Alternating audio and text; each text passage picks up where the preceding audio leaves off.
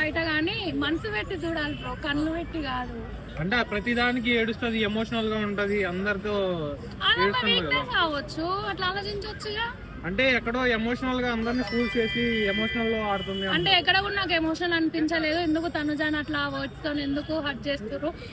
ఆమె బయటకు వచ్చింది అనుకో, అవన్నీ చూసి ఎంతో హర్ట్ అవుతుంది. ఒక పర్సన్ ని హర్ట్ చేసే రైట్స్ ఎందుకు? ఆ గేమ్ నచ్చకపోతే గేమ్ బాగాలేదంటే అయిపోతుంది కదా. అదే చెప్పినాం కదా, గేమ్ బాగాలేదని అంటున్నారు అందరూ బయట. సింపతి, ఏడుపు ఇవన్నీ ఎందుకు? నిజం కదా. అరే ఫీలింగ్స్ ఇప్పుడు ఏడవలేమో, మనుషులు నార్మల్ గా ఏడిపోతే చిన్నగా ఏమన్నా వాళ్ళని హర్ట్ చేస్తే ఏడవలేమో. సో దివ్యతో ప్రతి దానికి గొడవ పెట్టుకుంటుంది కదా, అంటే బర్నీ విషయాల్లో వీళ్ళ విషయాల్లో వాళ్ళు గొడవ పెట్టుకుంటారు. ఫస్ట్ దివ్య గొడవ స్టార్ట్ చేస్తారు, మన తనుజ మేడం మంచి నాగ్గా క్లోజ్ చేస్తారు.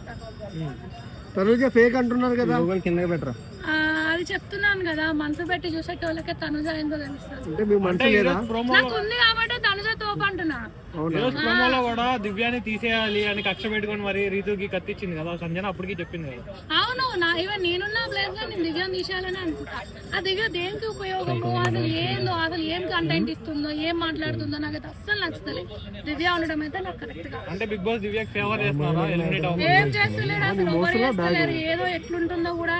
లాస్ట్ వీక్ ఇక ఎలిమినేషన్ లేదు, ఫ్యామిలీ వీక్ అని పాపం అని ఒక వీక్ ఉంచిండేమో కానీ అసలు ఆయన ఉండాల్సిన మెటీరియలే కాదు. సో ఇమాన్యుయల్ కూడా ఇప్పటికీ ఇమ్యూనిటీ కోసం పోరాడుతున్నాడు కదా, ఎలా అనిపిస్తుంది? గొడవ ఆడుతున్నాడు కదా కెప్టెన్ అవ్వాలి అని చెప్పేసి, ఆల్రెడీ 3 weeks అయినా. అవును పోరాడుతుంది కానీ ఏం చేద్దాం,